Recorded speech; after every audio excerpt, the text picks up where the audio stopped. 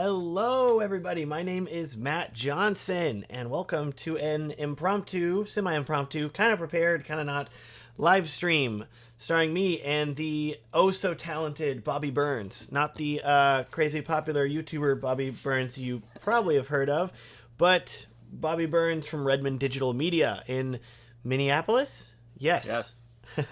Tell them about yourself, Bobby. Yeah, so based in Minneapolis, I'm actually getting like, let's see, a 5-second delay of all the audio right now. So Uh-oh. I'm going to turn this off real quick. All right, there we go. So based in Minneapolis, I've been making wedding films for 12 years. I work together with my wife. We shoot a lot in Minneapolis, but definitely travel all over. We're based in California for a while, so we're back there pretty often. We've done East Coast here and there. A couple of international things as well, and it's I don't know, it's a good time. It's a good career. We love living it. the dream. Yeah, The dream. somewhat. Oh, good. People are showing up here. So today we're here to talk about gimbals because Bobby has just finished 2 YouTube reviews on his channel. One for the ZU and Weeble Lab and for the Crane 3 Lab. Both gimbals that I have had basically no experience with aside from 5 minutes at NAB. So as somebody uses a Crane 2, there's also tried the Ronin S, but that was literally for like another 10 minutes with a friend of mine. I feel like there's a ton of gimbals available, and people probably, they're still very popular. So I was like, we should talk about gimbals. We've been trying to do a live stream for like a year now. We should actually do this. Looked at our messages. I was like, well, this is like legit a year in the making. He's like, yeah, we need to do this. I'm like, yeah, let's do it in a few months. And then I was like, hey, I'm not available. And then he was back. And then now here we are. It's happening. Welcome to summer 2019. Oh, well. People are already talking here. They're like throwing out, who's saying it? Ronin MX. People are saying that. Have you tried the Moza Air 2? No, I've not. I haven't either. I looked at it at NAB. It was cool. Okay. They got one. It looks like a stormtrooper. It's like white and black. It looks real cool. That's cool. You could throw it on a bride then, I think. Oh yeah, make the bride carry it. It blends in instead of a bouquet. Here's this gimbal. Please carry it. Jeremy Foster's here. Oh no. Cameron Bunn is here. BSR Wedding Films is here. Roanoke. Jeremy wants to know why we haven't met up yet. That's probably on me. Yeah, Jeremy's wondering that. Jeremy, we'll be back in August, I think. Jeremy, you live in California. You're not in Minneapolis. Yeah, it's your fault actually. Come to Minneapolis. Yeah, he's very much better like than California, you know. Jeremy's very much like, no, you come to me in California. Don't. I'm not coming to Minneapolis. To be clear. Yeah. Yeah. No, actually, August. I'll text you. There we go. It's gonna happen. We're making moves here. We're making things happen on this live stream already. Oh yeah. I do like the framing of the way that you're. I just noticed it, like the framing of the live stream here. You have the gimbal like perfectly positioned over your back shoulder, just hanging out. Right. As prepared. There. I'm really bad at this angle. There we go. Which one is that? That's the Weeble Lab. The Weeble. 3 down here, which you can't see, but all of them, the whole gang. Yes, I've got the Crane 1 right next to me. That's what I currently use, and I'm probably planning to continue to use that or the Weeble. I don't know. It's a toss-up for me. Roanoke over here is like Glidecam HD 4000, my favorite. Dude, I still got mine. OG. I still bring mine to every wedding. HD 2000. I think that's what I had, but I don't anymore. Oh man, I still like don't fully trust the battery life of the gimbal. I'm like, yeah, I'm still gonna bring the Glidecam just in case. Yep. When we switched over to the original Ronin, I think was what we made the switch from the Glidecam, and we kept that Glidecam in our car for like 2 years probably. Same reason. Just around, just in case. Yeah, I was like, just in case, just in case the battery dies, just in case, like randomly. I feel like that was the early days of motorized gimbals, and they had issues here and there, and so.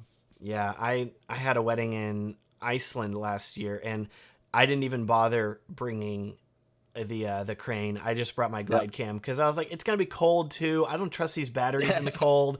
I don't want to end up like on the edge of a glacier out of battery. Like, dang it, I need to stabilize my footage somehow. Be like the most epic shot that you could miss. Oh yeah.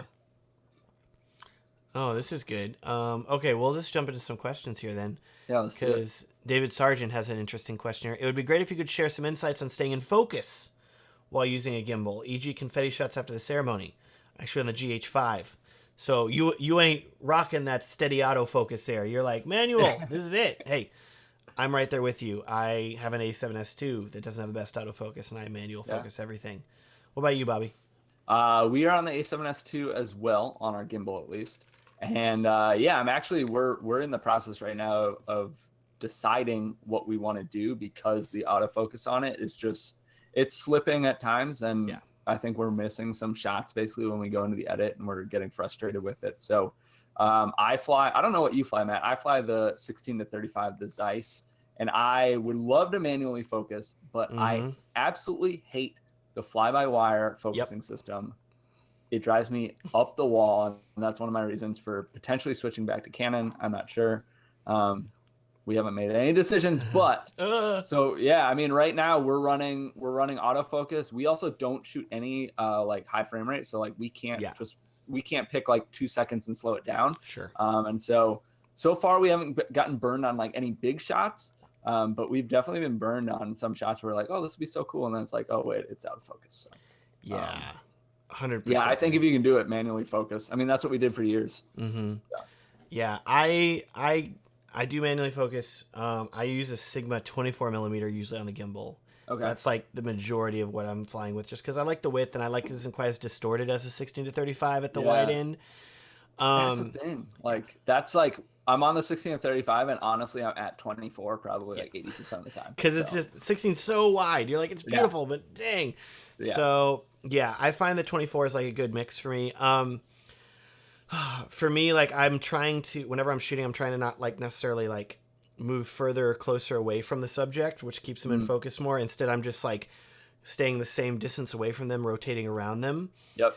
I also don't shoot like super wide open on a gimbal. I'm like at f4, f5.6, f8. Like, you watch my gimbal shots, that's like all in focus, but it doesn't really matter. Like, for gimbal shots, you don't need like that crazy. Yeah, you want things to be in focus. You won't be able to see stuff.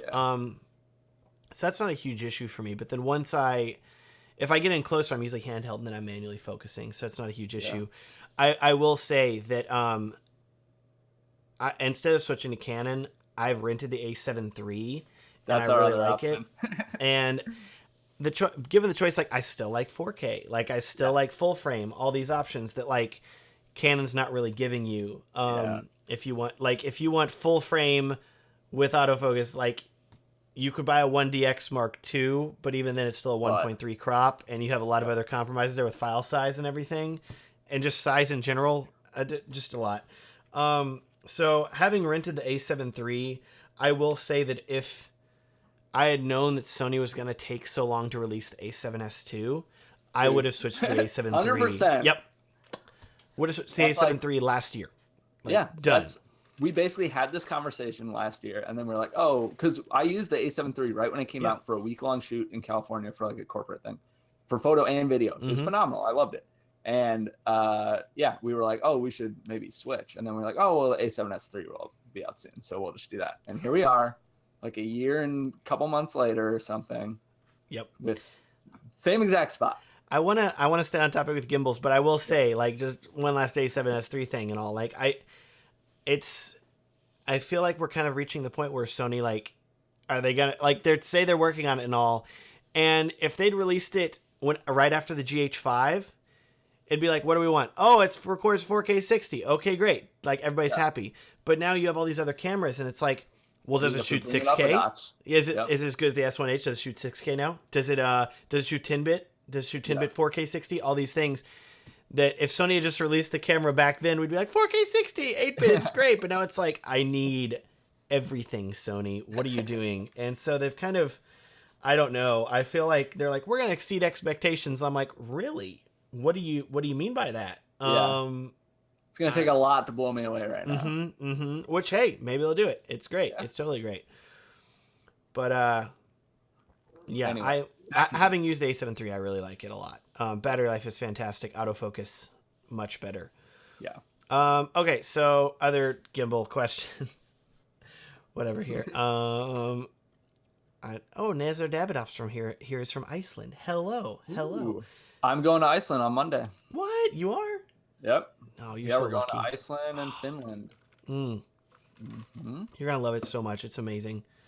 We went a couple years ago. We're super pumped. We're gonna see a lot more this time. That's how it was. When I went, we just hung out in the south for like 5 days. Yep.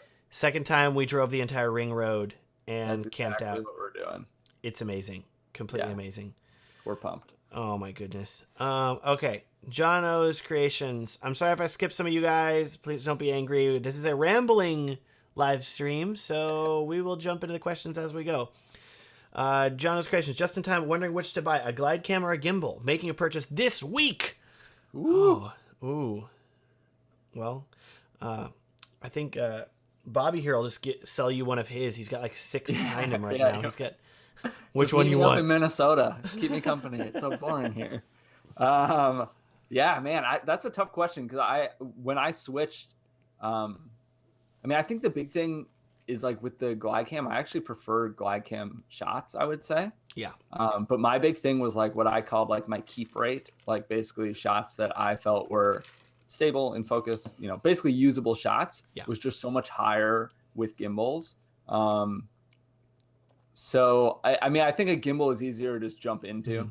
Yeah, it's just kind of the nature of it if you balance it correctly. But I would say too, like gimbal is like Glidecams have a learning curve. Like I spent, I want to say it was like we're not talking like it's gonna take a few hours. It's like you're gonna be spending like days, weeks, like learning how to walk, learning how to hold it properly, balance it properly. Once you get it, you're like, oh, okay, whatever. It's like riding a bike. But until you get it, oh man, it's tough. So unlike that, a gimbal, you could literally put a camera on it and hand it to like a child, and they're like, here's my stable footage. And I did that with like friends of mine when I got when I first got a Ronin M. I gave it to a friend of mine. Hey, try this out. He's like, oh, this is so easy. And I was like, yeah, it's crazy. So a lot of new people, I'm pushing them like, hey, just get a gimbal, like do it that way. And especially if you're going to be shooting a wedding, you're going to spend much less time like you can use both arms. So whenever you're getting tired after shooting all day at the wedding, you can switch arms with a gimbal. Whereas with the Glidecam, it's all weight on one arm for the most part. And not saying that like one of my biceps is not like twice as big as the other one, but at this point, 100%. I will say though, if you've seen it on some of my videos, and I'm sure some people here have as well, but like I'm a big believer in not introducing a gimbal too early. I'm like such a firm believer in that because I just think that you can kind of stunt your growth a little bit. But I would say in that decision, I'd probably go gimbal unless you have a lot of time that you want to spend learning a Glidecam. But if you're just new, you're just starting out and you haven't shot that much, I'd definitely stick to tripod and monopod or something for now. I want to say that I shot my first wedding in February 2010, and I don't think I bought a gimbal till like mid 2011. And I'd shot like 10, 20 weddings, something like that in between that time. So like I had wanted a Glidecam, like I wanted a gimbal. I saw these smooth shots, like I want that. But if you take the time to like make sure you're getting smooth shots, like handheld and smooth shots on a monopod, like take the time to get good at doing it that way before you then go on to doing other stuff. And that can definitely help. For sure. Let's see here. I feel like I scrolled down. It's like boop, boop, boop, boop, boop. I'm like, oh crap, we're behind. Okay. Where are we? Oh well. Let's see here. Jeremy Foster. Okay, Bobby and Matt, how long did it take you to master the gimbal despite it being easier to use? Making a shot stable is one thing, but using it for cinematic shots is something I seem to suck at. Jeremy, there is nothing that you suck at, okay? You're a beautiful human being, and you have the face of like a 25-year-old. You're so young looking. He's a great guy. Love him. He's old, but he's not old. It's great. People are looking at me very confused right now. What do you think, Bobby? Yeah, I think that's actually a really good question. I like that question. Yeah, because I think the big difference is, well, exactly what you pointed out. Like you can throw it on, like you said, Matt, you can hand it to a friend, you can get stable footage. That's not the issue. But then it's kind of the reason why I think you shouldn't jump into a gimbal so early is like you are going to basically you're going to jump into it so quick and you're not going to be intentional. And I think the cinematic shots come from being intentional. So it's something that I even struggle with now, like even being a huge proponent of not introducing a gimbal too early and stuff like that. Like every wedding, I feel like I use a gimbal more than I would like to. And like that's like even our last wedding, I'm like, I should have hopped off the gimbal for this or whatever, because it is so easy. So I think I think you kind of find your groove in shots that you like to get. I really like, I have a video on like gimbal moves that I really like and that I use at every wedding. And all of my moves are super like subtle. Like if I'm pushing it, I'm not like running ever. Like unless the bride and groom are running, I guess maybe, I don't know. But like for the most part, I'm like pushing in and I'm taking like 2 steps, or I'm doing like the parallax movement and I'm not even taking 2 steps. I show it in that video. I'm like, I just have my legs like spread wide and I'm just like leaning my hips from one side to the other and like slowly rotating. So I think that actually did take me a little bit of time to figure out, in that, you know, right away I had all this stable footage and I was like, look at this, I can, you know, run and it's still stable. And then I was like, oh wait, this footage still sucks though, because it doesn't drive any like emotional impacts. So I think that's something that everybody probably goes through a little bit. But totally if you watch some of my earlier films, like especially after I got a Glidecam, I want to say 90% of the shots are with the Glidecam. Like, why am I like filming the groom but like flying around him? I'm like, oh gosh.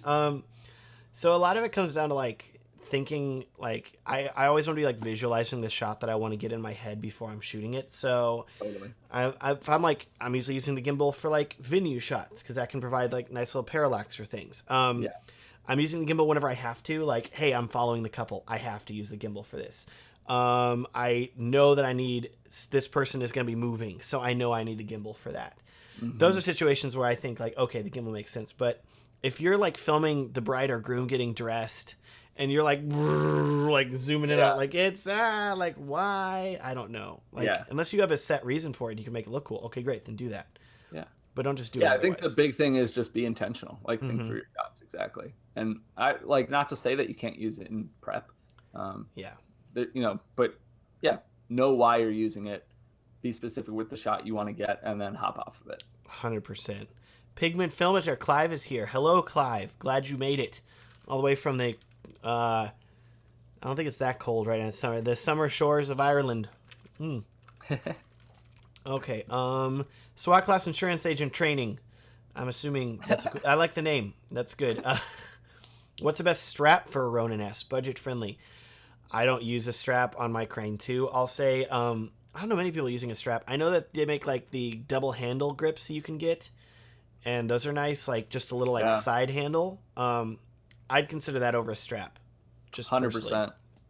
Yeah, we still use, I'm still using the Crane original, and we have our small HD focus mounted to it with a clamp on the right side, or like a magic arm or whatever, and that's like my second handle basically, and I love that. I know people use a strap like to carry their gimbal, but like when it's powered off, but then it just like shakes around and flopping. I don't know if I would do that. Yeah.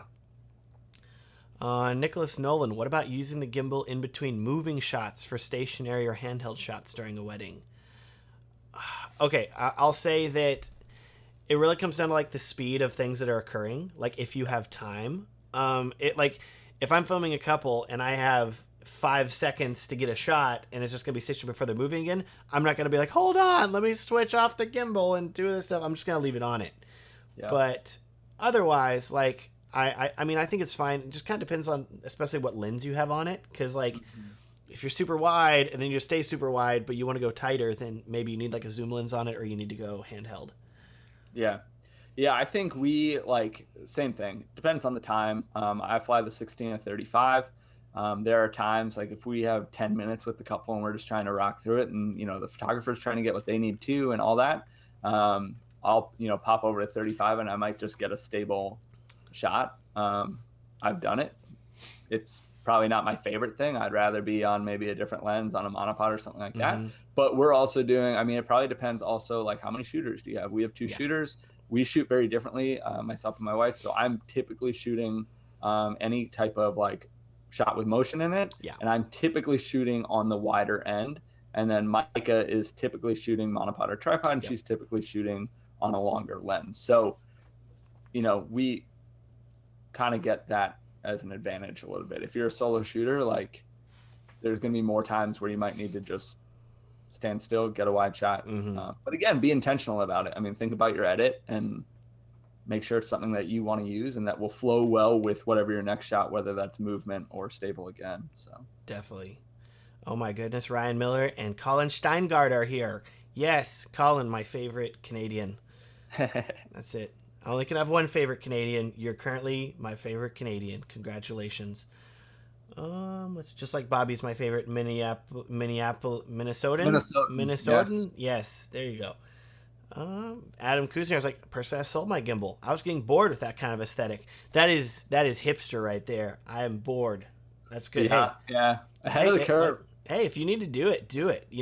I mean, if you feel like you're like not being creative with that sort of stuff, hey, whatever, move on. That's great. And then other people are, and he's also following up like, I'm in love with that stabilized handheld look, just using my GH5 and the 18 to 35. And I will say, like, the IBIS in so many of these cameras now, like when I bought an A7S II and I was using the IBIS there, which isn't quite as good as like the GH5, but still, like, especially if you throw on a little bit of stabilizer, like it looks so good. I was like, why would I need a monopod at this point here? And now there's like people like, I don't even need a gimbal. Like I just do it. Like, oh, okay. Like I feel like we're just going to be at the point where we're just running around with our cameras. Like it's fine. It'll stabilize it out. Well, that's like the new action camera from DJI. Some of those shots have been pretty crazy that I've seen. It's a little crazy. It is for sure. Which they released that, and now GoPro is like, hey, we're having a sale. Please buy our cameras. $1,000 off. We'll pay you. Yeah, they've got like I think they're doing $70 off because the GoPro is $400. Osmo Action came in at $350. Now GoPro is $70 off, so like $330.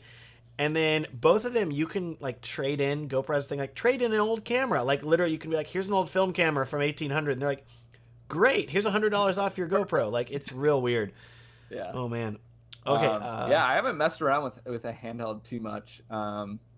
It's kind of not really like the look that I want, but I feel like it's getting to that point where I would experiment with it. And the GH5 apparently is, I mean, from what I've seen, it looks amazing. A7S II is great as well. I remember like, right when I switched to, I was like, oh my gosh, this is so stable.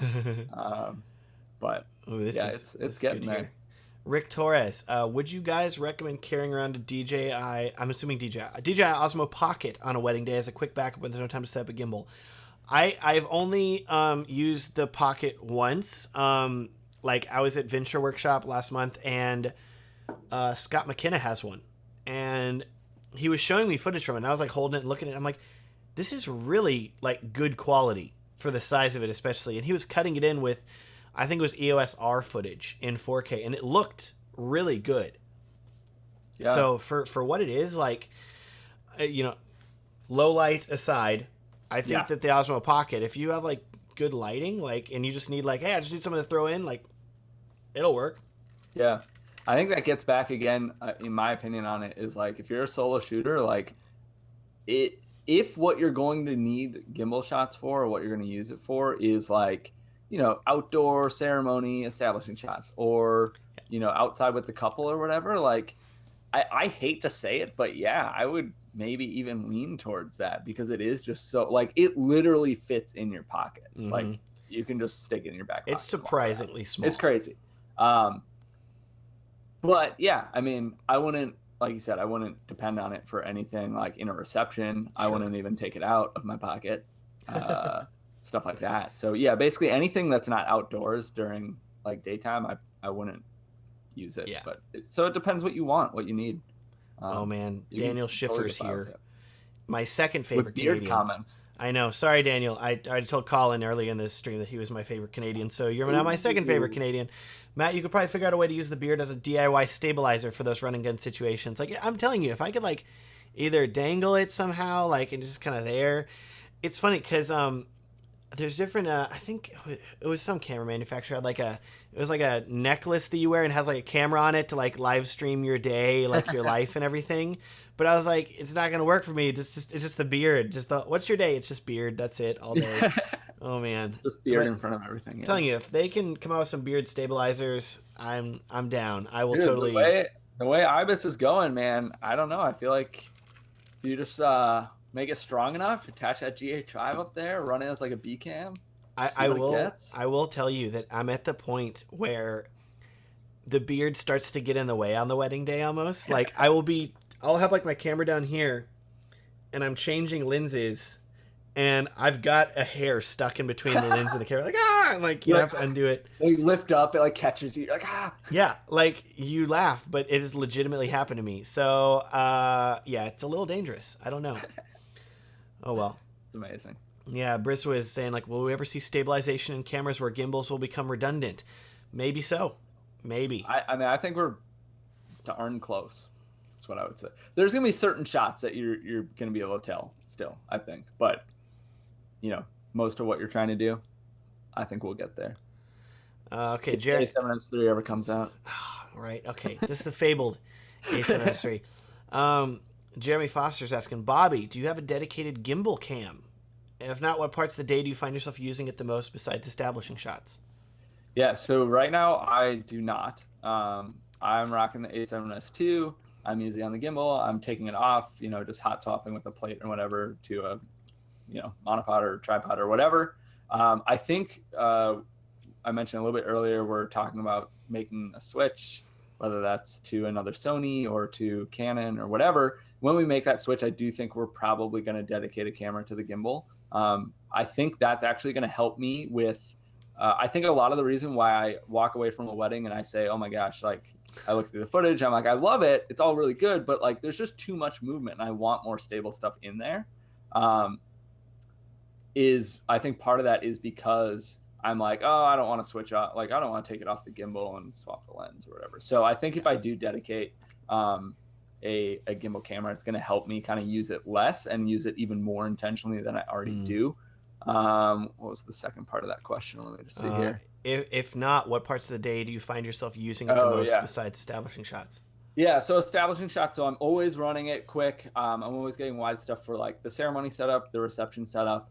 I like to do a couple like really slow, like really subtle push-ins or pulling out. I had somebody tell me, they're like, you don't want to pull away from your subject. It's like a disconnect with the audience. And I was like, well, I love it. So I'm doing it. Yeah, I'm going to keep doing it. So I really like the like emotional impact it can have.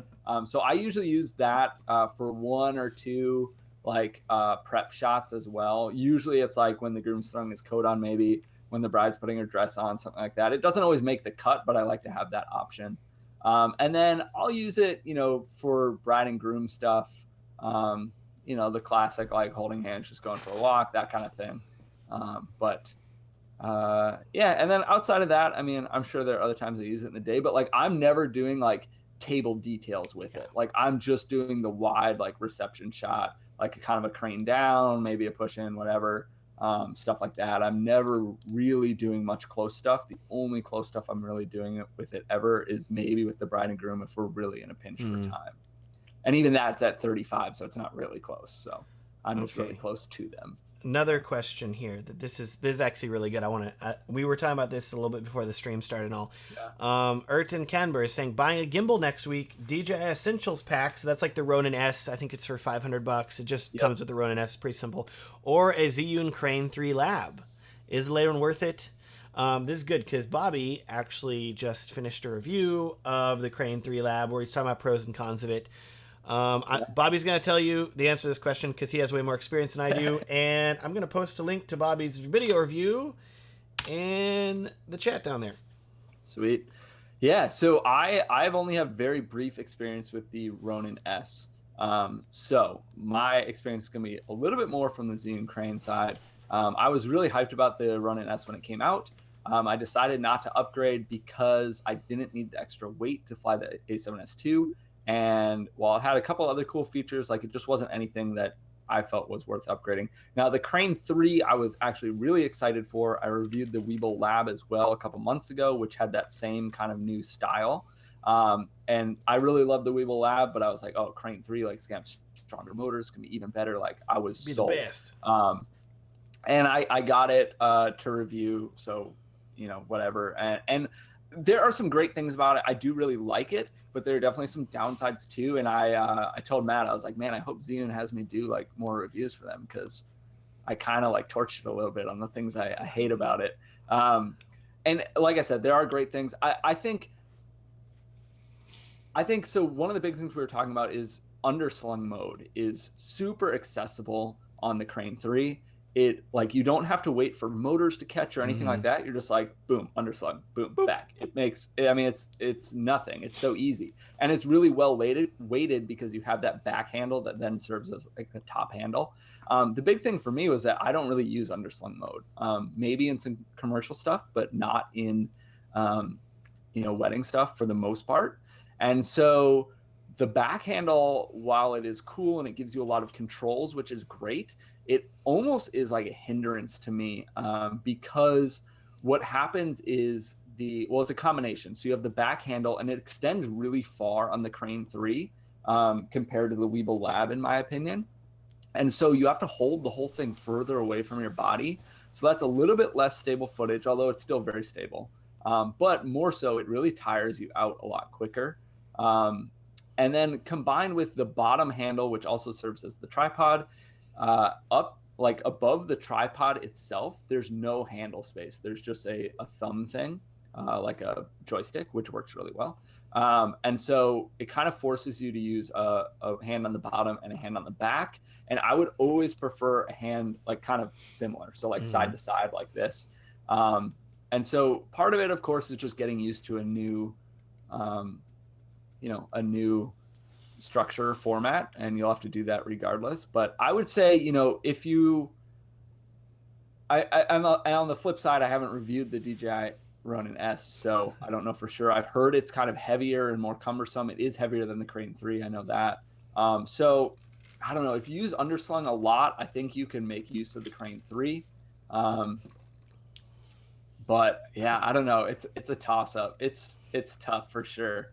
I'm probably, if it gives you any insight, I'm probably going to stick with my original Crane, which is similar to the Ronin S, but smaller weight limit, stuff like that, over the Crane 3. Yeah. I was saying this before the stream started to Bobby. I feel like the Crane 3, first of all, I'm very happy that Zhiyun is trying new things, like trying a different gimbal shape, absolutely. something that like we haven't seen before. I'm like, oh, this is awesome. Okay, cool. Keep innovating in that space. That's amazing. At the same time, I feel like the Crane 3 Lab is almost a specialized gimbal.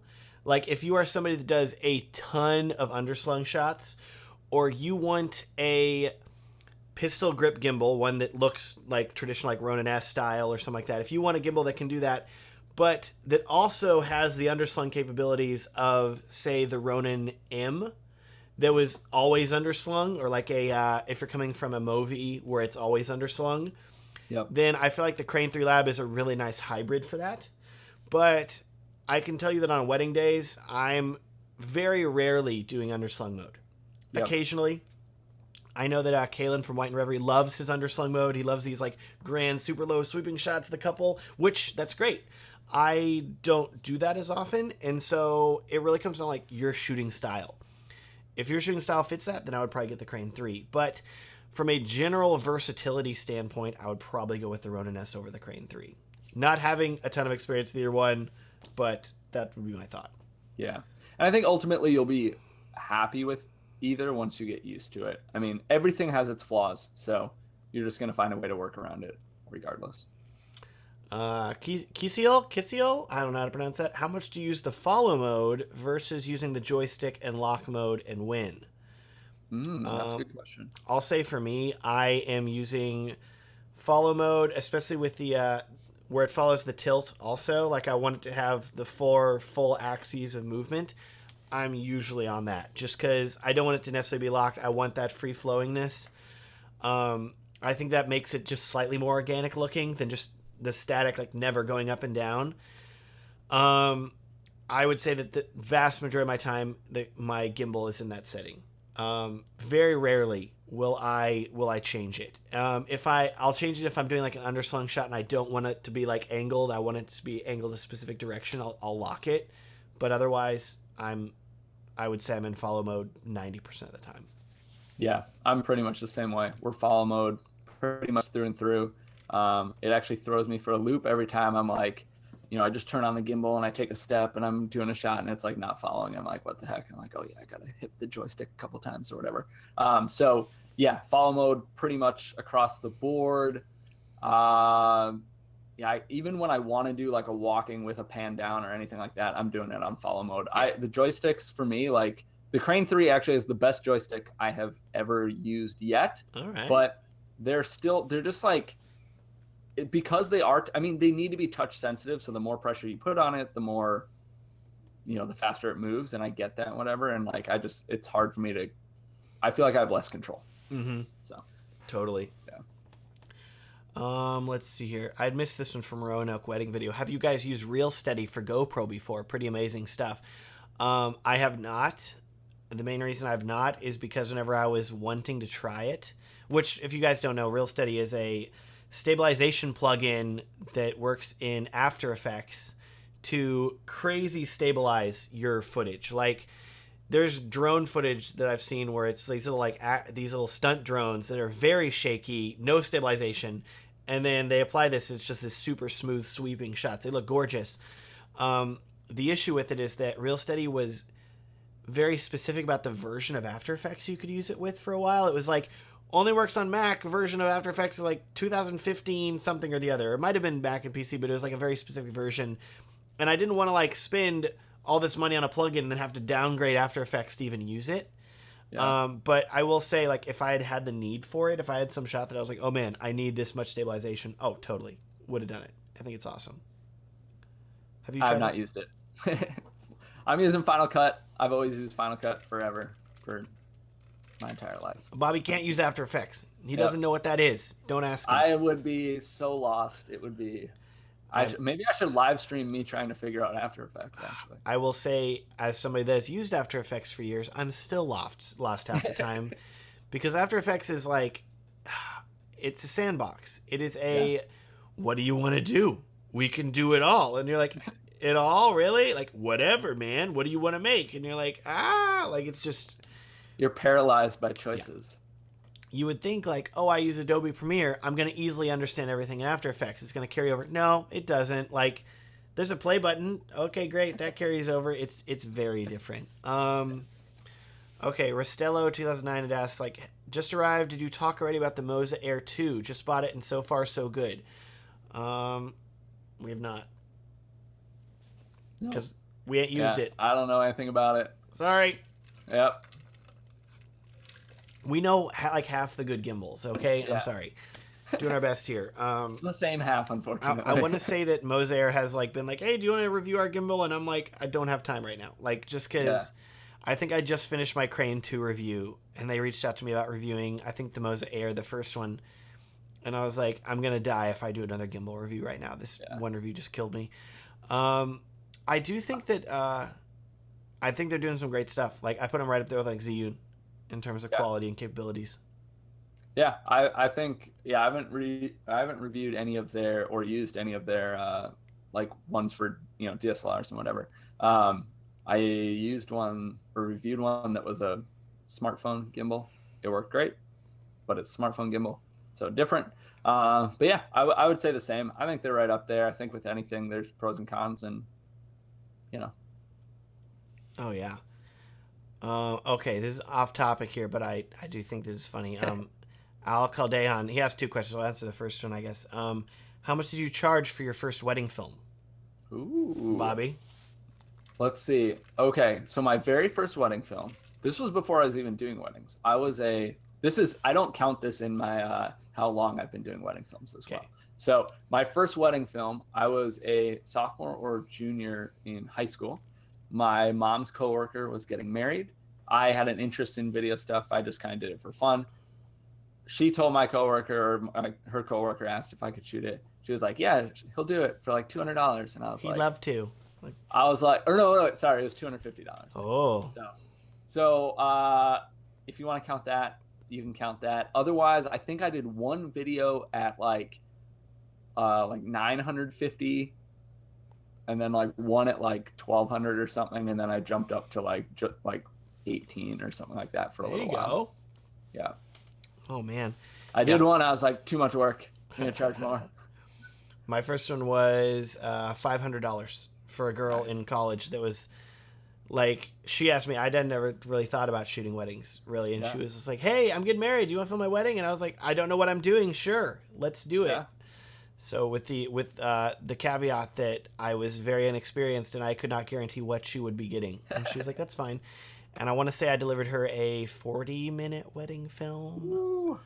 45 minutes, and it had the song, that Lifehouse song in it, the popular Lifehouse song. It was a classic. For 40 minutes? No, that was just the first song, I want to say. I'm sure, I don't know. I probably like a Bublé song or something. I don't remember. Oh man, it's just whatever. Huh. Yeah. Classics. Yeah. I will say though that when I started shooting weddings, I had interned with a wedding filmmaker for like a year. So I if you ask me, I'm always like, yeah, absolutely, like second shoot, intern, whatever, do it for a year or two. Like I think I learned, like everything I learned, everything that I do now, like I owe to that guy. Like he was super open with me. Nothing was off the table. So I learned a lot, obviously, about weddings, but I also learned a lot about business and what it takes to be profitable and sustainable and, stuff like that. So, I did a couple cheap ones literally just to have like, here is a wedding I shot. But after that, Okay, Lynx Lens. Have you guys ever had a problem with Zhiyun Gimbal Micro? It just scrolled up. No, micro-jitters. I have a Zhiyun Crane Plus. I've run into several occasions where my footage had tiny micro shakes in it. I do balance it properly. You dealt with that, Bobby? I have not dealt with it much. I dealt with it a tiny bit on the Weeble Lab actually in my review. But I am fairly certain that was due to me not being used to like basically having to hold a gimbal a different way. So I think that's because after I used it more, they kind of went away. I'm always like, I hear this so often of, yeah, I've got micro jitters, but like I balance it properly. And then I'm like, are you sure you balanced it properly? So I'm not calling you out, but micro jitters almost always are a result of not balancing it properly. Or like really pushing the motors as far as the weight limit. Like I know they have like, we can hold 6 pounds or we can hold 10 pounds. I would always recommend not pushing it past 80% of that if you can. And then also like you can be well within that range, but still be way too front heavy or back heavy, and that can do it too. So you could be just straining a motor.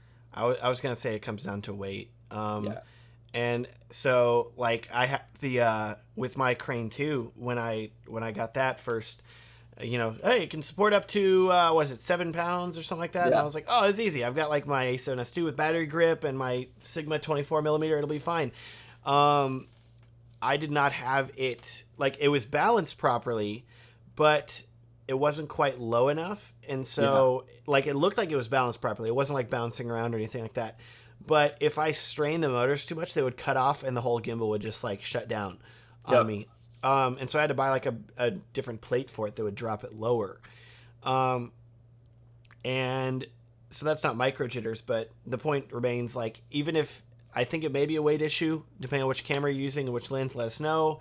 And that can definitely affect things, especially if you have like a really, if you're shooting like a 24 to 70mm lens on it. Oh, I'm within the weight, but your lens is like at 70 and it's way out there. It's going to make a difference. It depends how you balance it too. If you're using a zoom lens, like, so I fly the 16 and 35.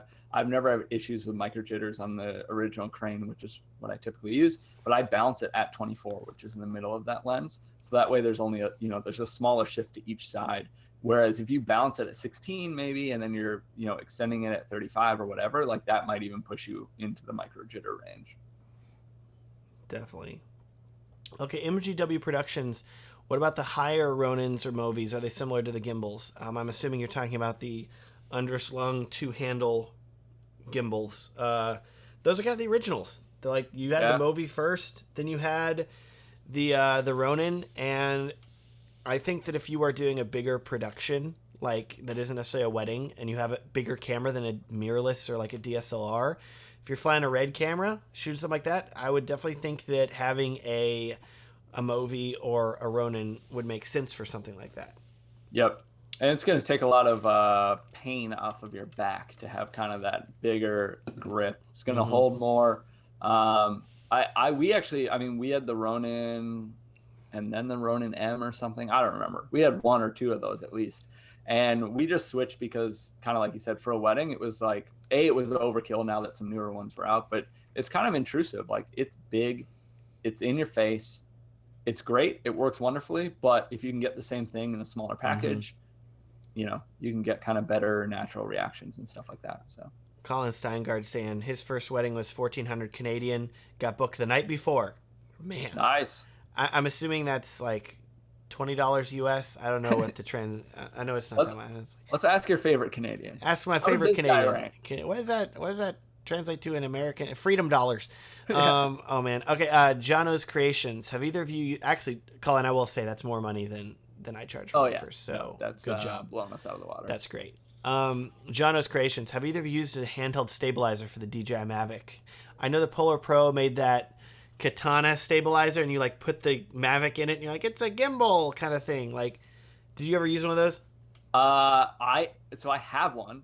I literally have not even opened it. Someplace sent me. They were like, do you want to do some, like, because I, like, one of my videos that blew up on YouTube was like a drone mistakes video or something like that. And so, like, you know, a bunch of places reach out and they're like, do you want to do reviews? And I was like, pretty early on YouTube, I was like, yeah, like, send it all.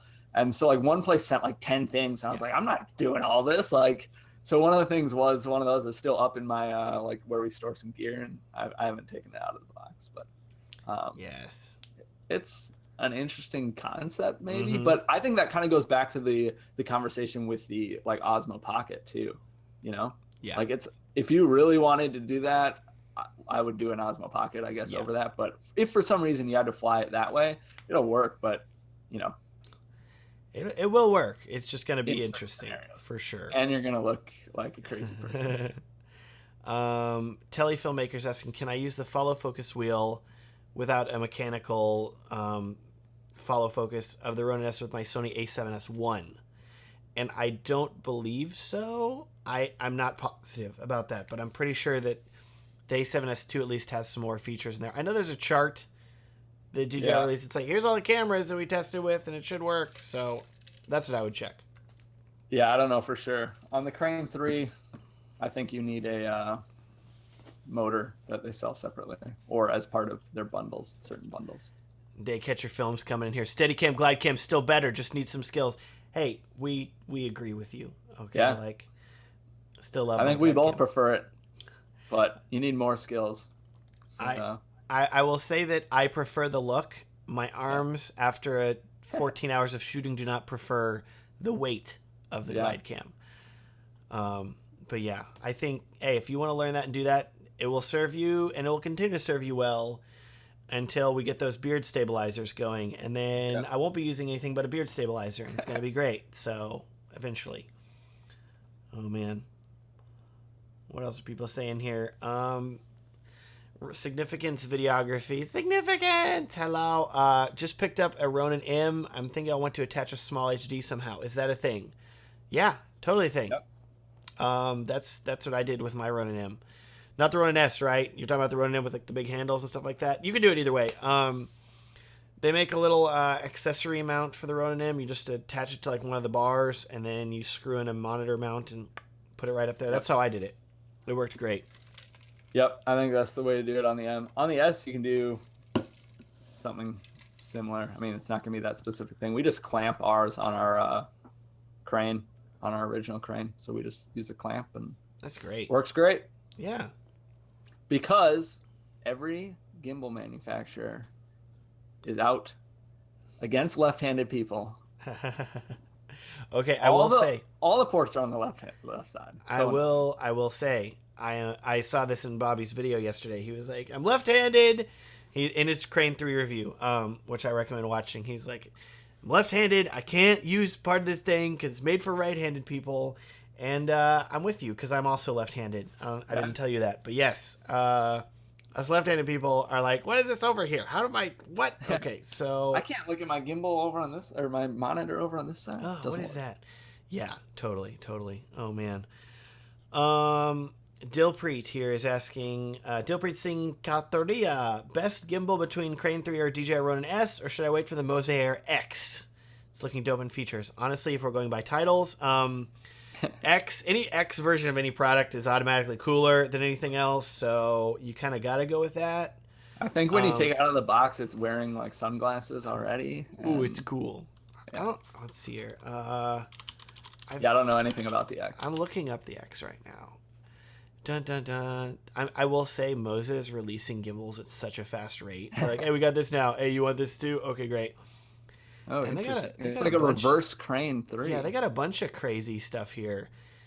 Okay, I will say the Mosair X, just off the bat here, if you have that thing pointed out right, like they're gonna think it's a gun. Oh my goodness, you're gonna get arrested. That's really cool. I don't know.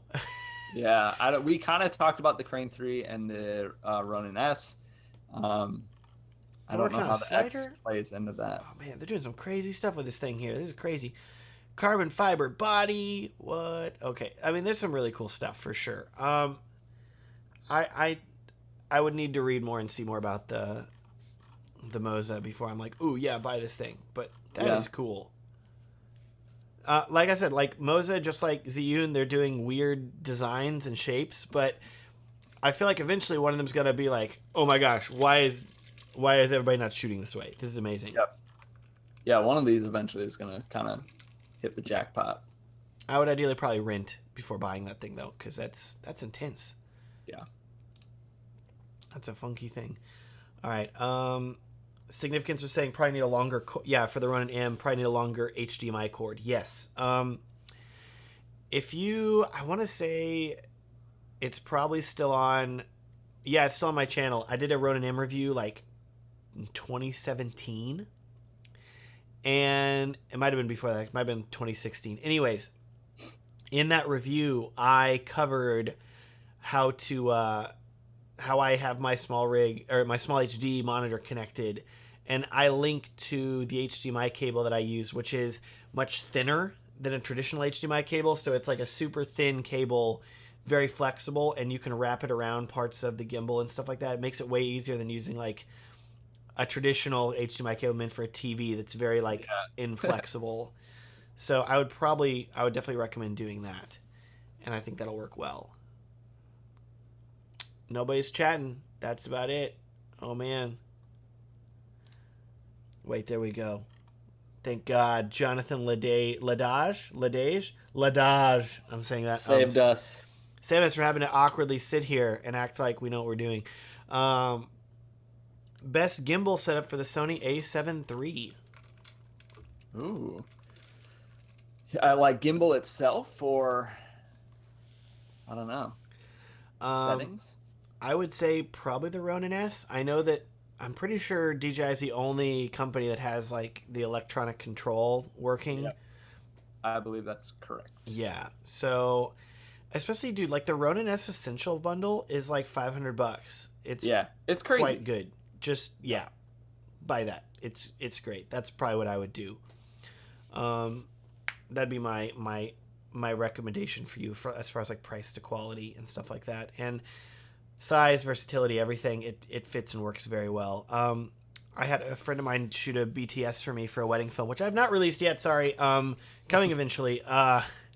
And I literally just put him on a Ronin S, and he did great. Like, love it. Yeah.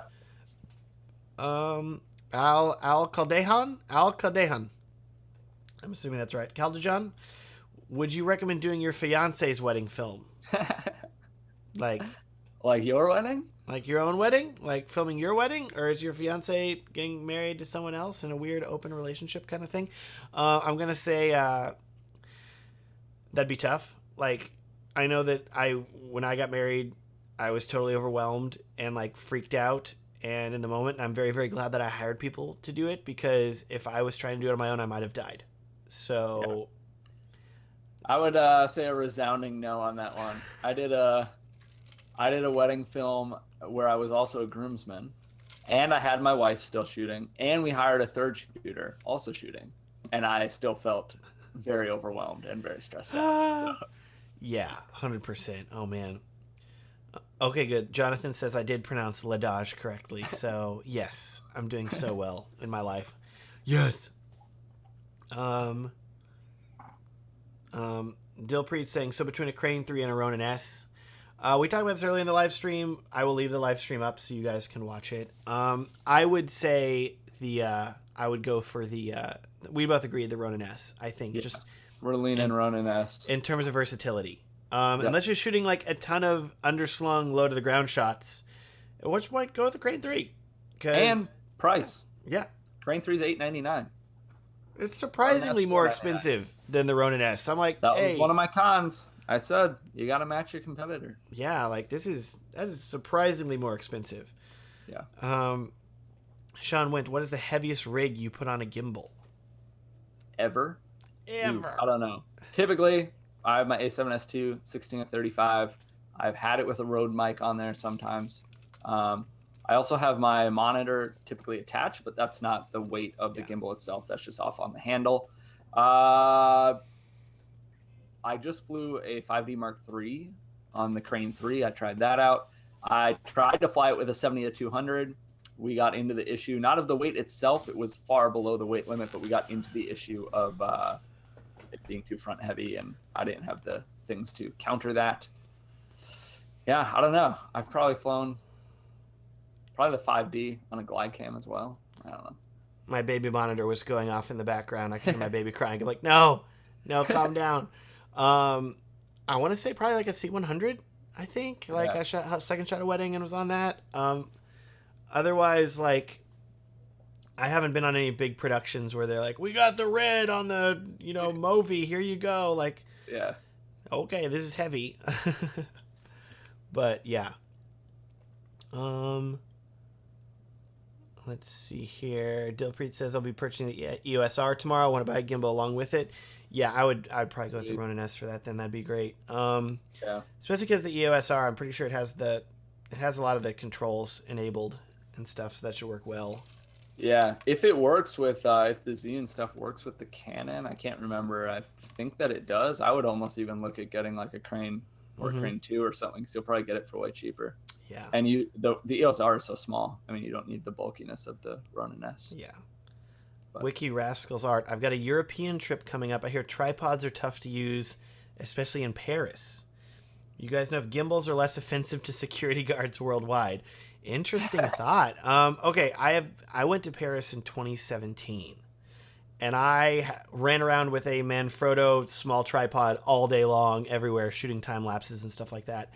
I was never confronted by any security guards or anyone. They never even questioned it. So, depending on what you're filming, I don't think that's necessarily a huge issue. As far as tripods go, I mean, things might have ramped up security since then. I'm not sure. I feel like gimbals, it really comes down to like size. Like anytime you're filming anything, it comes down to like, do you look like a tourist or do you look like a professional? Yep. And so if you have like a little, maybe like a Weeble Lab gimbal, like something small, little mirrorless camera, I don't think they're even going to give you a second look. They're just like, oh, he's just a tourist, just filming stuff. I mean, you see tourists all the time with gimbals now for their cell phones running around, like documenting Disney, like, oh, this is cool, like whatever. I almost did it last time I went to Disney. I'm like, I should buy a gimbal, like a cell phone. Why am I going to do that? Dang it. Okay. Thankfully I did not. But I feel like that's different than if you're like rolling up with like a Ronin M and you're like just documenting the Notre Dame fire. Like, okay, they're gonna be like, what are you doing? You're like, yeah. If you look like a production, either way, I mean, you're gonna get questioned. So, I would opt for probably a tripod. I don't want to run around Paris with a gimbal. I feel like that would detract from your trip. Even a tripod, take a small one, find one of those low travel ones or something. Yeah. Mike Zarathini, have you guys tried using long lenses on your gimbals? 85 millimeter, 135 millimeter range. Did for dances less wedding I shot in that range. It produces awesome parallax effect. I have not I mean, I've tried it. I don't like it, so I don't really use it. I think it's a combination of it being heavier, of it being like, honestly, it's more difficult. I mean, it's harder to get stable footage and keep your subject, you know, in frame how you want. So I like sticking on the wide side. I mean, even with the Crane 3 review, I threw the 5D Mark III and the 50 on it. Now, granted, that doesn't have autofocus, and it's been a long time since I used one without autofocus. But, you know, that was like hard for me just to get used to that again. So I'm on the wider side on gimbals. I'd rather be on a monopod or tripod or something if I was on a longer lens. Bobby hates tight lenses. Hates them. Yeah. Get away. No. 16 millimeters all day. That's it. Day. Oh man. I have used an 85 millimeter on a gimbal, and I think that that's really pretty. Yeah.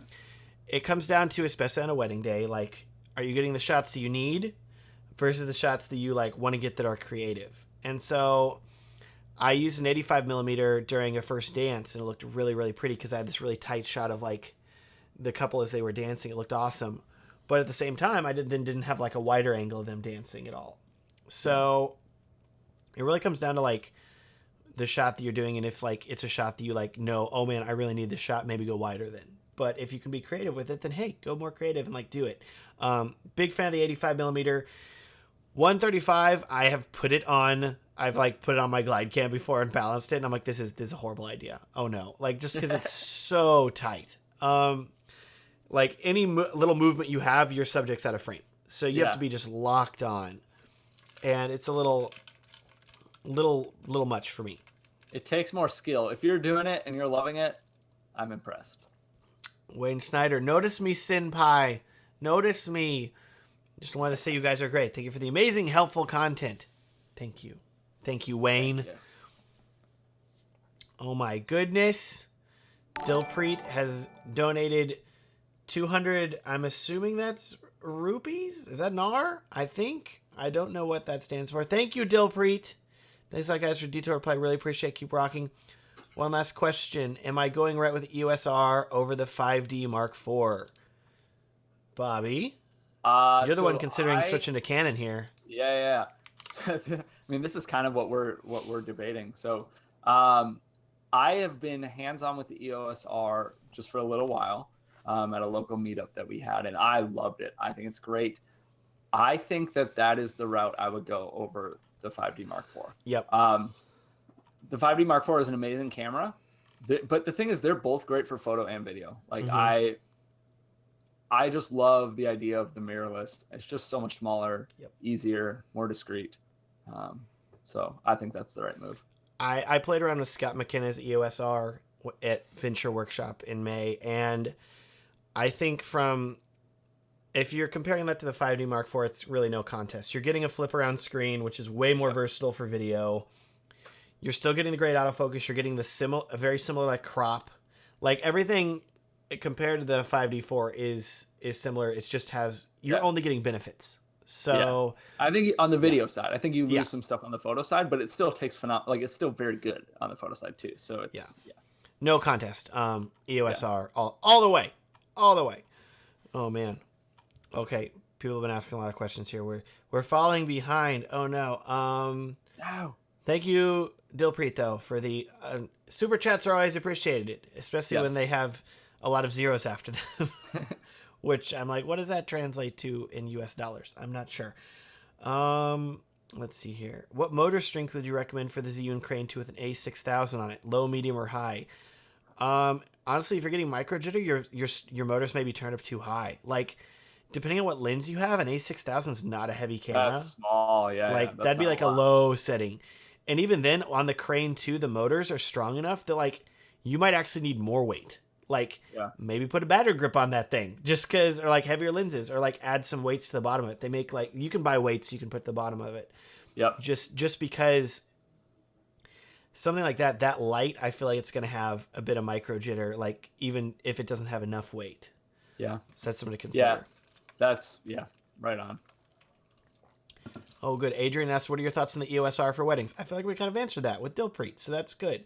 Yep. Not a bad camera, especially if you don't want to shoot in 4K yet. But if you want to shoot in 4K, there's like, it has a lot of compromises. For me personally, I think there's a lot of other options available out there for arguably similar money or less money.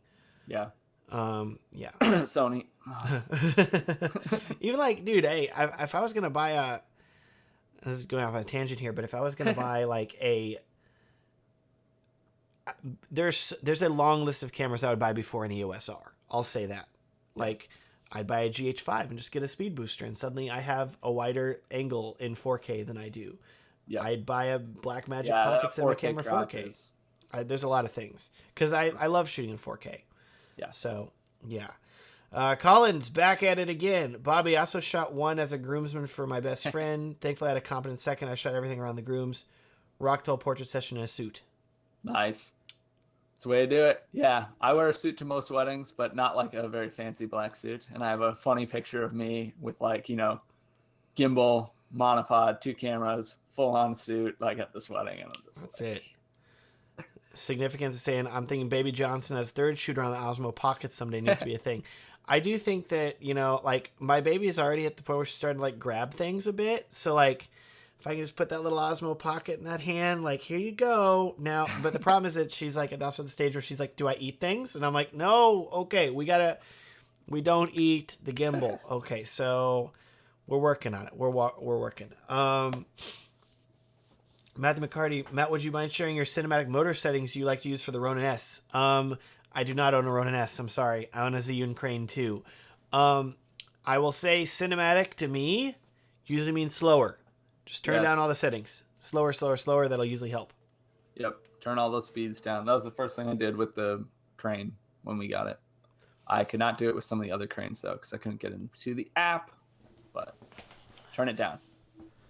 Okay, Andrew Buren, do you think the A7R3 and Sony 35mm f1.4 is too heavy for the Weeble Lab? Bobby, who owns a Weeble Lab. Oh, gosh. I got to think now. I feel like I've reviewed so many gimbals. I can't remember what the weight limit is. I think that you are fine. Well, it depends what 35. Like some of the Sony, the Zeiss ones are like smaller versus like the Sigma Art 35 is like a bigger, tankier lens. Sony 35 1.4. It's not a small one. Oh, all right. Well, it is super small. Yeah, so I think the Weeble Lab is like a 6.5 pound limit, or somewhere around there. So I think that you are okay with that setup. Yeah, just don't use a battery grip or something like that. Yeah. I would also say just check your weights. I mean, you can find that easily. I would say that if you had like this Sony 24mm they just came out with, that thing is a light lens and it's small. That thing would definitely work, and that's a good lens. That's a really good lens. I've been needing like an excuse to buy one. I'm like, maybe coming up here I might need one of those. Okay, oh well, we'll see. Okay, let's see here. I wish that Ryan Miller's defending their EOS R. Good, amazing, regardless of reviews and the negative features. 4K crop is downside, bitrate's better than most others. I need like Tyler Harrington in the chat here too, and he'll be like right there with him, like, yeah, that's right, it's the best, C100 for life, but he's not here, so. Yeah, I really think the big downside is just the 4K crop. I mean, that's just what gets me. Mike Jenny, this is a good question. Do you turn in-camera stabilization off when you use your gimbals? And then he put Duluth, Minnesota. Minnesota, what's up? We were just up there. I was wondering why he put that. And I'm like, oh wait, yeah, Bobby's from Duluth. Okay, or Bobby's from Minnesota. That makes way more sense. Yeah. He's very. I'm not from Duluth. Whoa, gross. Let's not get there yet. Yeah. No, so we're up in Duluth all the time. Our family's up there. So yes, I do not turn in-camera stabilization off. I have seen it like do weird things every now and then. It's pretty rare. I think it's, something with how the sensor is picking up an image and thinking that it needs to stabilize it. I had it happen at this one venue with the windows in it, with these you could see the harsh lines, you could see them wiggling almost. So then I turned it off. But for the most part, I've never really had any major issues. I never turn mine off. Yeah. And I've never seen an issue, but I'm usually shooting wider, so I don't know if that makes a difference or not. Same. But I've gimbal on it. That's great. Leave it on. Got it on a monopod, leave it on. Tripod, leave it on. I'm I know that if I turn it off, I'm gonna forget to turn it back on at some point. So I'd rather just not worry about it. 100%. Your dog needs to be let out to pee. No, it's yeah, okay. What's up? What are you doing? Is there attackers? Somebody's attacking? Okay. Oh man. Okay. We gotta catch up here. Right. Let's see here. Filmmaker, I feel like we're not exposing perfectly an S-Log because of the small screen on Sony. Do you think it's a good option to attach a monitor to the Ronin S? I just bought a gimbal 3 days ago. I think yeah. If you 100%. Yeah, if you want to, and if you're having issues, I say go for it. I would look at like a small HD, like the 5-inch if you want something smaller. Get the Focus 5. If you want the Focus 7, I just picked up one of those. I have friends that put it on the Ronin S. It's chunky, but it looks real good. Yeah, it helps so much. The Sony screens are just an abomination in the world of any screens. So I don't feel comfortable focusing with it. I don't feel comfortable with like the color or basically anything. So I use we have the small HD, the 5-inch one. Mm-hmm. We love it. I will say that as somebody that's like always uses Sony screens and still uses them for the most part, I'm so used to it now. Like I'm used to the crappiness, and I'm like used to like knowing what it looks like to the point that I'm like, it looks like crap, but it just gonna look real good. And I'm always like pleasantly surprised. Then I get to the editing and I'm like, it does look good. It looks great. So, maybe that's a good reason to use it. You're just like, you got like a little boost when you come back to the editing. Totally. Let's see. Are people still talking about the EOS R? Everybody's talking about it. Maurice like, I went with the EOS R. Ryan's like, about it, love it.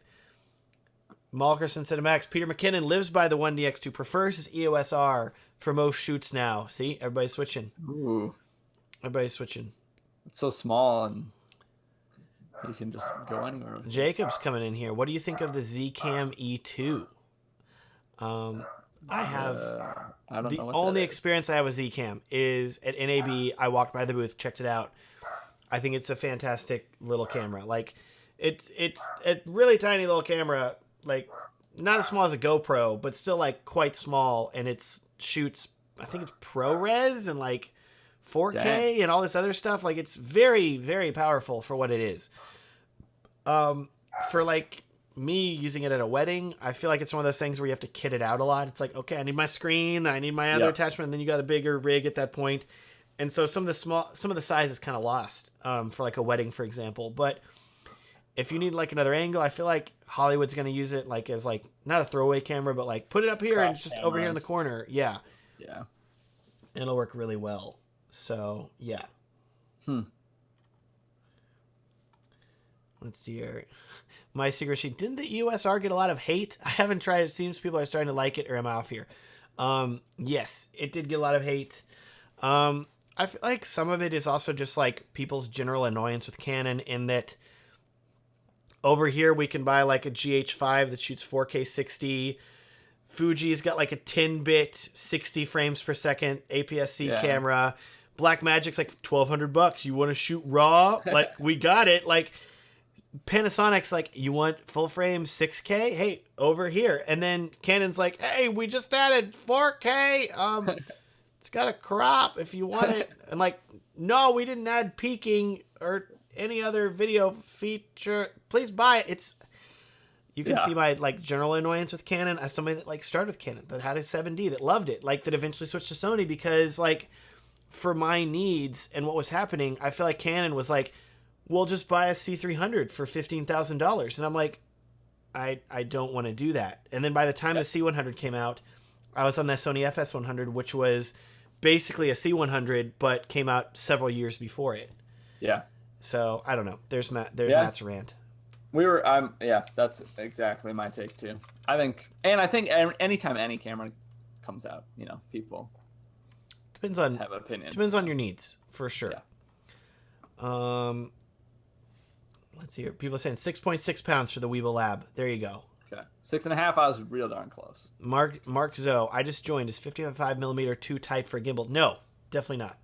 I've used 50mm, 55. Well, I use a 50, but that's very close. A ton on a gimbal. I think it looks great. If you need a tighter shot, looks good, go for it. no complaints there. Let's see here. Ferdy saying the Ninja 5, the Atomos Ninja 5 monitor is awesome. Have not used it, but I've heard good things. Yeah, I haven't used it either. Same. Yeah, heard good things. They're always putting out new, good, high quality, super usable, great stuff. So.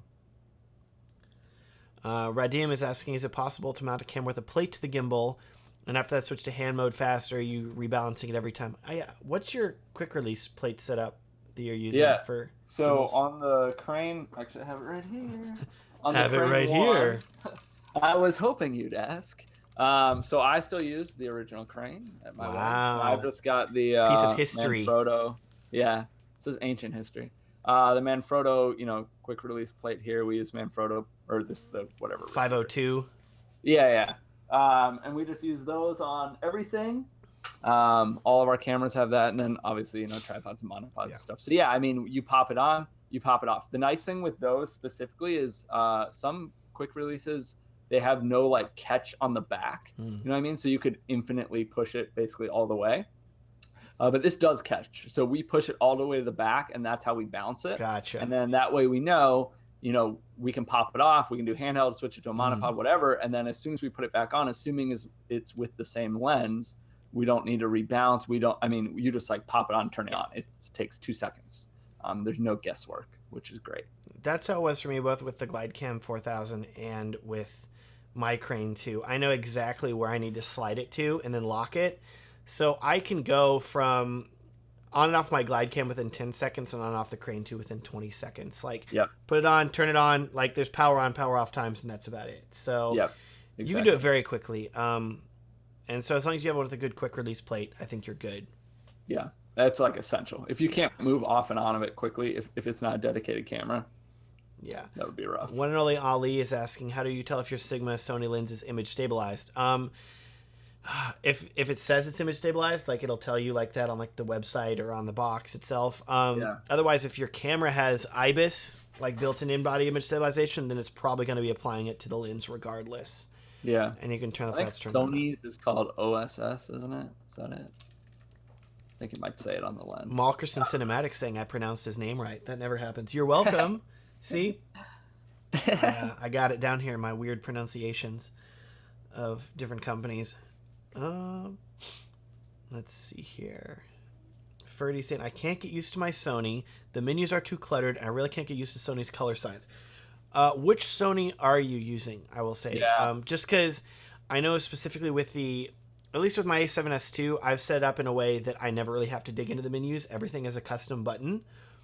And the newer ones, like the newer Sonys, are very similar to like the new Panasonics in that you can have a custom menu set up. And so you really don't have to dig into the menu because you're like anything you need for the menu is right there just in one's area. So that way you're not having to dig through as much.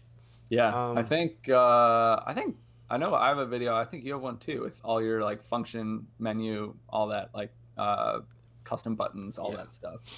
That stuff is essential. I mean, it saves you so much time setting that up correctly. And color science wise, if it's not the A7 III, I think that's kind of the old color science, but they made a big move with the A7 III. I think it looks pretty solid. Every generation it gets like, I would say it's like a definite step better. Like, this looks great. Okay, awesome. Yeah. Okay, S2. So yeah. Set up your function menu, set up your custom buttons. Then you pretty much don't have to use the menu. Proto Video. Canon specs suck, but the image straight out of the box rule the world. And that's always been the big main push of Canon is like the color science. Like the skin tones look great right out of the box, And that's like why they're in business still. The argument would be like our two shots right here, because like his webcam's way warmer than mine, so Bobby's skin tones look really nice and mine look really magenta. So there's your color difference. The only con about the Canon colors, I would say, one of my friends put it this way, and he said the issue with Canon colors is a lot of people just love it straight out of camera. You're like, this is my Canon colors, I love it, they look great. And so your colors are a way that you can really differentiate yourself as a filmmaker. Like people can look at something and be like, oh man, that's so-and-so, they shot that. Like I watch White and Reveries videos and I'm like, oh yeah, that's their colors for sure. Like I know that immediately. I watch Forestry Films videos. I'm like, there's their colors immediately. Like, you can just tell. I hope that people watch my videos and like, oh, that looks like a Matt Johnson film. He colored it that way. Or Bobby's films. So the thought is that the difficult thing is that if you're using a Canon camera and you're using straight out of camera, well, your colors are just the same as all the other Canon cameras. And I would say the way my friend put it, that's arguably even worse than that, is that the colors that you're using for your like straight out of camera colors for Canon are the same colors that like soccer moms are using to document like their kids' soccer games with their DSLR that they've bought to film. Yeah. And yeah, you can tweak it some, be like, it's straight out of camera, it looks great, I don't need to do anything. And it's like, okay, but like, is that unique enough? Like, yeah. And I don't know. It comes down to like personal preference, of course, completely up to you, completely up to what you want to do. But for me personally, like I'm somebody that likes tweaking colors. I'm somebody that likes like having like a unique look that I've taken the time to delve into and create. Totally. So, yeah, I think we color grading, correction, all that stuff is really not my strong point. It's always been, I think, one of my weakest things. I'm trying to work on it. But like when we were shooting Canon, we shot Canon for 8 or 9 years before we switched to Sony. And yeah, I mean, when I was like done with the film and I was like color grading or whatever, all I was doing was basically just like getting the white balance right and exposure. Like I was not grading. I was not picking a look and kind of diving into that. And it wasn't really until we switched to Sony that we started really going after a specific look. So you kind of have to. Good point. Yeah. Well, yeah. It was not by choice necessarily. Yeah. But I do think learn more. But but one thing I do like about Sony is that, like, and I'll say Panasonic too. Like any camera that definitely enables you to shoot flatter and have like variety. Like, there's a big variety of colors that you can get from these other cameras. Like, take for example, I know that like White and Reverie's colors that are like more like washed out versus like Henry Martin's that are like much I don't know how to put it, like darker and moody. Like you can have like these are both the same camera, but they are just so like completely different in terms of color style. And I think that's really cool that that's possible with a camera system. Okay, well, that's a major jump away from any sort of gimbal talk. Oh well. Let's go for another like 10 minutes here or so. Things are slowing down a little bit in the chat. No big deal. Love you all. Last questions in. Get them in now. We're gonna rapid fire here, more or less. Okay, Power Spot. Hey guys, I'm shooting my first wedding in 3 days. So freaking nervous. My biggest worry is switching lenses on the gimbal. I think it would be smart to stay on my, or do you think it'd be smarter to stay on my 24-70 2.8 most of the day? All right. You probably know my answer. My answer is going to be, if this is your first wedding, leave your gimbal at home if you have other stuff. I just think it's, I don't know. I don't know if you agree with me or not, but I don't know. Like, I will say that, like, the biggest stress on a wedding day for me, especially, like, the first wedding, like, my first wedding is, like, am I getting the coverage that I need? Like, am I covering enough? Am I filming enough? Yeah. And so, if you cover enough with a gimbal, that's great. If you're covering enough with a monopod, that's great. Like, I would say, specifically, like, you're just asking, like, should I stay with a 24-70? I would say yes. Just because that way you're not thinking, oh, which lens do I need to be on? Because that's going to be just another thought that you're going to have. Like, instead, focus on zooming in and out. Do that. Yeah, it's one more stressor that you eliminate on the day for you. Definitely. Especially if you're solo shooting, which, Oh, you said you hired a second next week because I really don't miss it. That's great. Then, especially if you have a second, then I'd feel more comfortable with you on a gimbal just because you have somebody else that's also shooting. Don't have them on a gimbal too. Agreed. Don't do two gimbals. Don't double gimbal. You never go full gimbal.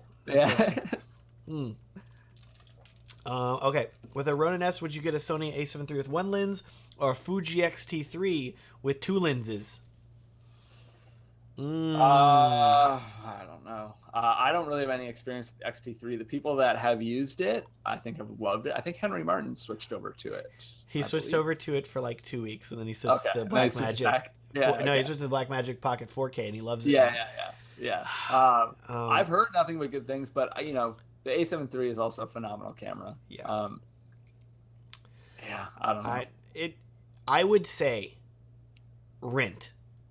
Like I always say like this, like rent ahead of time. Like I have had cameras that I thought that I would love that I ended up hating, or at least being like, oh, never mind. Like I was thinking back in the day, I want to shoot RAW, and so I rented, instead of buying a Blackmagic cinema camera which shot like 2.5K, I rented it. And it was a huge hassle, and I'm so glad I didn't buy it. Yeah, because there can be a lot of things you don't think about. Yeah. And just like using it. Likewise, I had thought that I was going to love Zeiss Milvis lenses. Like, they sounded perfect on paper. I rented them. I was like, nope, this focus throw is way too long, and these are way too heavy. I don't love these.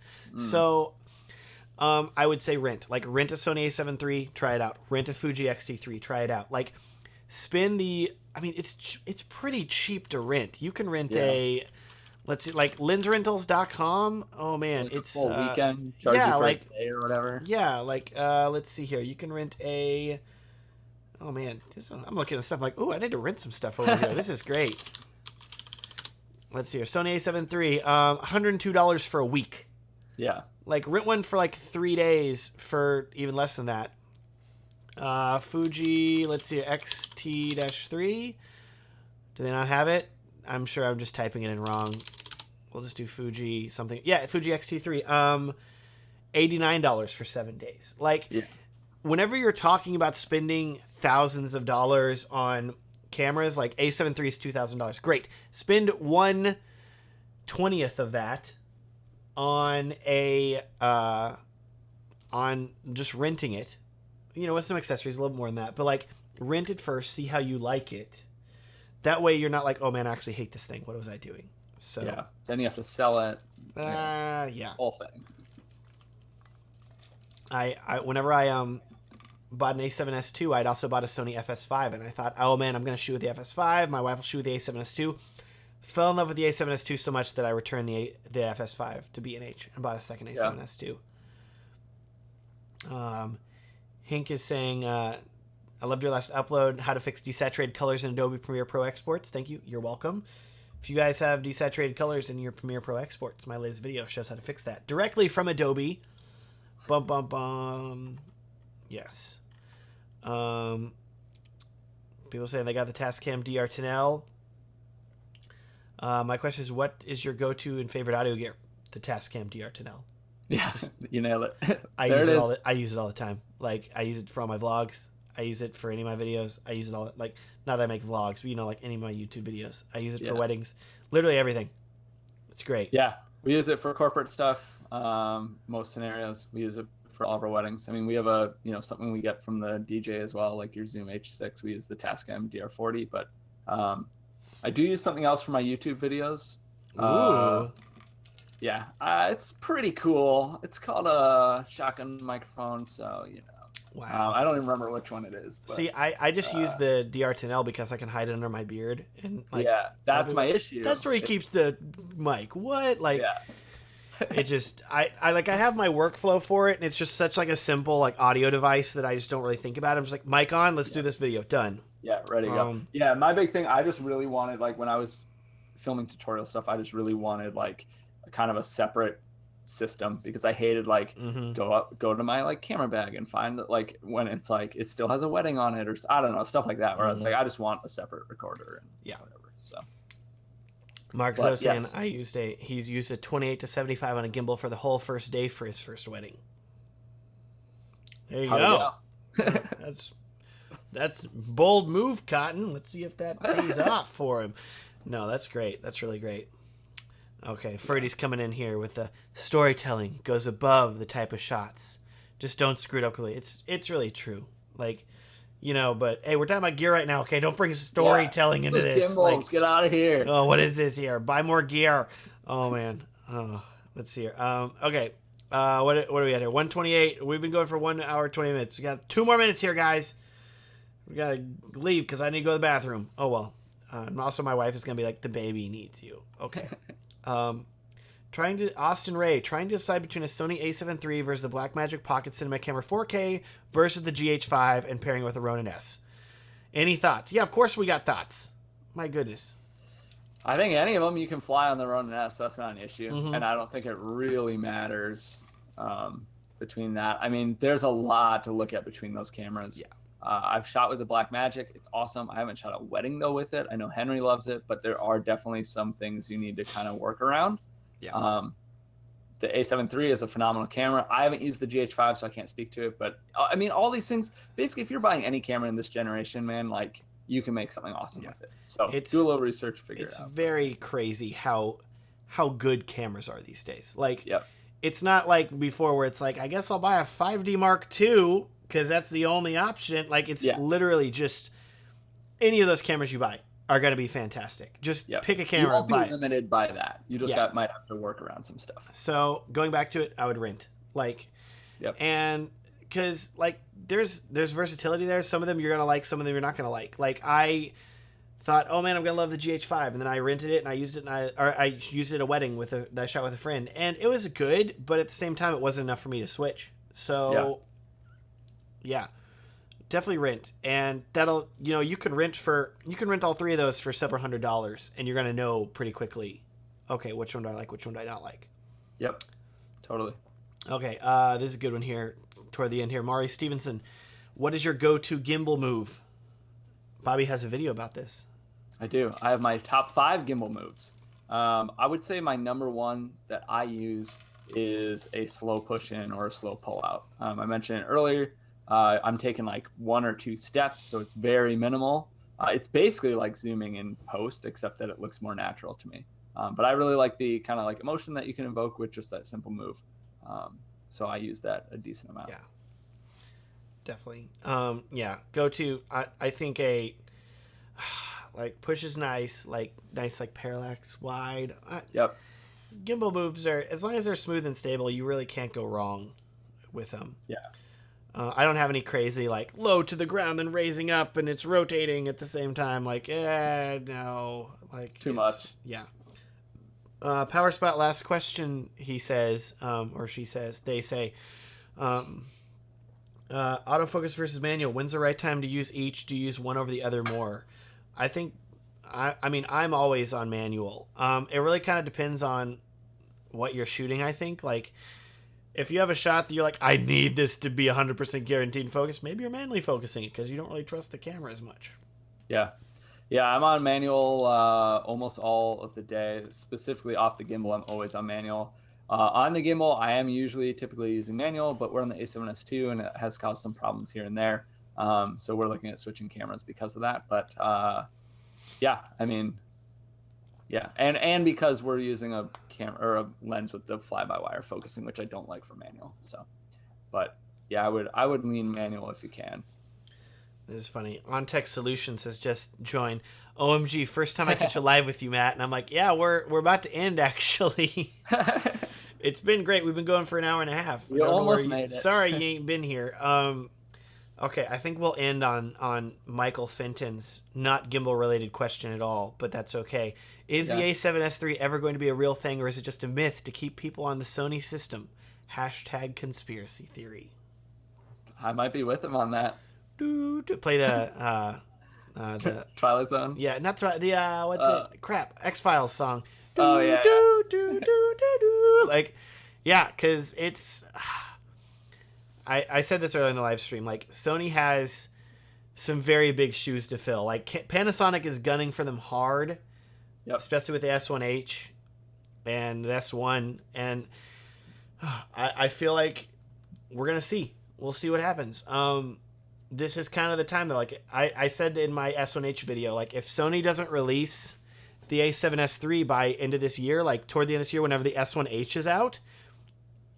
The lure of Panasonic with, hey, we have full frame. Hey, we have a lot of these features that you're looking for. Yeah. I'm very intrigued by that. So, I don't know. Like it's crazy. It's really crazy. But yeah. I agree. It might be a conspiracy. Yeah. We'll see.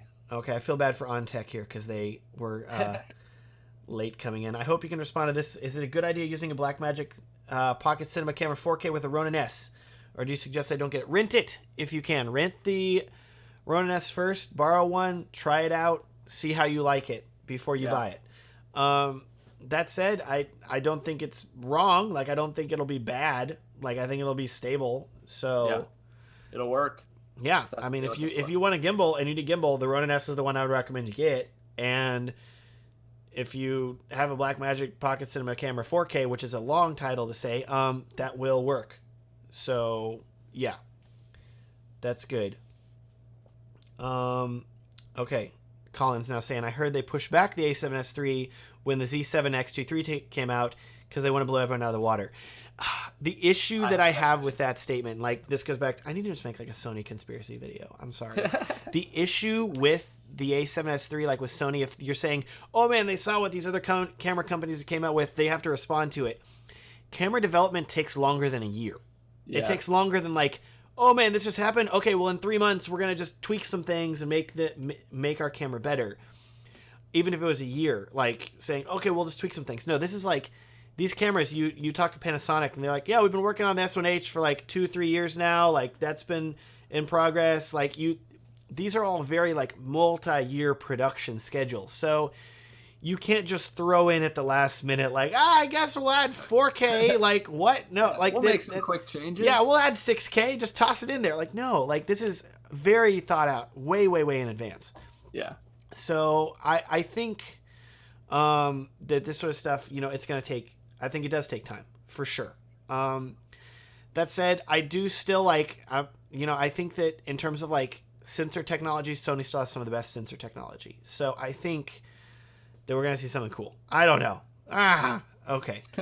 We'll see. Okay. Yeah. All right. Good deal. Thank you all for tuning in. I'm so sorry if we did not get to your question, but I have a baby that needs me, and Bobby has a dog that needs him. Yes. And very important. Our gimbals need us to charge their batteries. I don't know. Whatever. Okay, Bobby, tell them where they can find you. You guys can find me on YouTube doing tutorial work for wedding filmmakers and content creators at youtube.com/Bobby Burns. I believe it is linked in the description. As Top link. You'll see it right there. Don't even have to click see more. It's right there if you want to check out Bobby's work. That's awesome. Thank you all for tuning into this impromptu live stream. I will be doing my regularly scheduled, well, semi-regularly scheduled, my regularly monthly wedding film review live stream. I want to say second half of this month, so which is in like 2 days. So second half of this month, probably I'm targeting like, I don't know, it's going to be the week of the 17th or the week of the 24th. I haven't quite figured that out yet. We're going through a lot of... I'm trying to say this without being dramatic here. We're looking at moving, okay? So we're trying to figure out, like, timing and all this other sort of junk. And I've got several projects I'm working on. But probably either next week or the week after that, I'm thinking for the live stream for wedding film reviews. We'll figure it out. With that, please give this video a thumbs up. It will be live on the channel a little bit later here. And thank you all for tuning in. All 76 of you right now. Say goodbye, Bobby. See you guys. Thanks for tuning in. Bye, Bobby. Bye.